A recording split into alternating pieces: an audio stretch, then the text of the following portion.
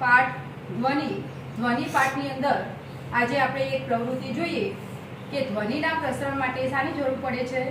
માધ્યમની જરૂર પડે છે. આ પ્રવૃત્તિ કરવા માટે આપણે અહીંયા એક શું લીધેલું છે? ટમ્બલર. શું લીધેલું છે?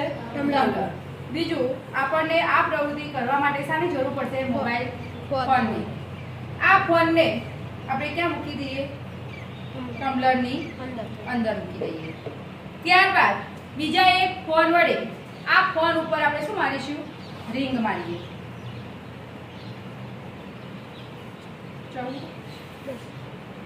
11 ને પાસવર્ડ ખોલી દે.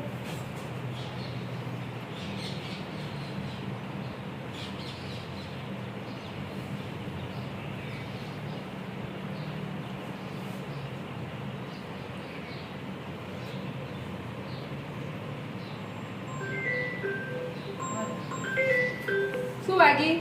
આ ફોનથી બીજા ફોન ઉપર આપણે જ્યારે રિંગ મારીએ છીએ ત્યારે રિંગનો અવાજ તમને સંભળાય છે? હા, સંભળાય છે ને? ઓકે. ત્યારબાદ હવે આપણે શું કરીશું? ટમ્બલરની અંદર જે ફોન મૂકેલો છે એના ઉપરથી આપણે આવી રીતે શું કરીશું? એક વિદ્યાર્થી માં જોડે આવશે.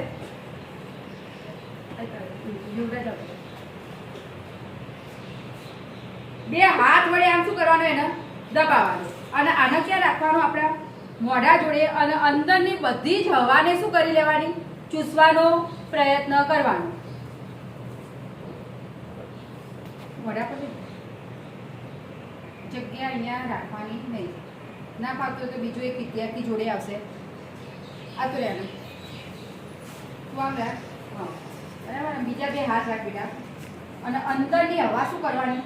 ચૂસવાની. હવે આ ફોન ઉપરથી આપણે બીજા ફોન ઉપર ટમ્બલરમાં રહેલા ફોન ઉપર શું મારીએ? રિંગ મારીએ.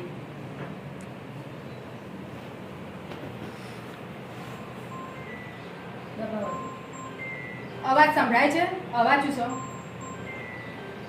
પહેલા સંભળાતો તો એટલો જોશથી અવાજ સંભળાય છે તમને? ના. અવાજ કેવો થઈ ગયો?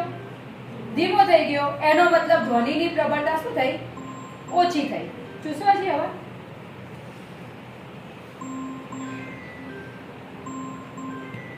હવે દબાઈ દો.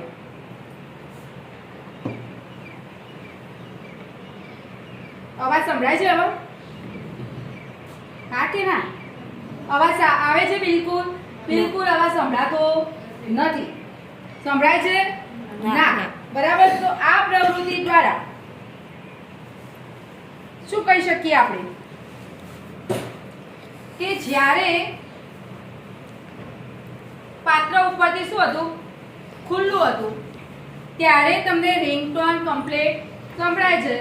જ્યારે તમે હવા અંદરની શું કરી લો છો? ચૂસી લો છો. ત્યારે અવાજ સંભળાતો શું થઈ જાય છે? બંધ થઈ જાય છે. કેમ? તો હવા જ્યારે ચૂસીએ છીએ એનો મતલબ અંદર આપણે ધારો કે બધી જ હવા ચૂસી નથી શકતા, પરંતુ ચૂસી લઈએ તો અંદર કેવું?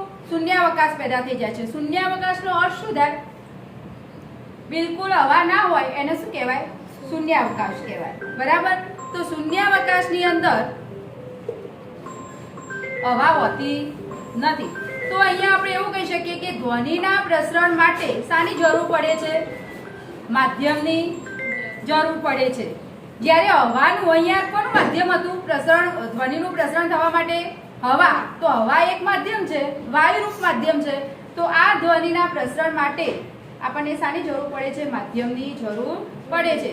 જો કોઈ માધ્યમ ના હોય તો અવાજનું પ્રસરણ થતું નથી. માટે જ્યારે આપણે હવા બધી ચૂસી લીધી ત્યારે આપણને અવાજ સંભળાતો શું થઈ ગયો? બંધ થઈ ગયો. કેમ? કોઈ માધ્યમ રહ્યું નહીં. એટલે કે હવાનું માધ્યમ ત્યાં હતું નહીં. હવાનું માધ્યમ નહોતું. માટે બીજી વખતે જ્યારે આપણે રિંગ મારી ત્યારે આપણને રિંગટોનનો અવાજ સંભળાતો નથી. તો આ પ્રવૃત્તિ દ્વારા એવું કહી શકાય કે ધ્વનિના પ્રસરણ માટે શાની જરૂર પડે છે? માધ્યમની જરૂર પડે છે.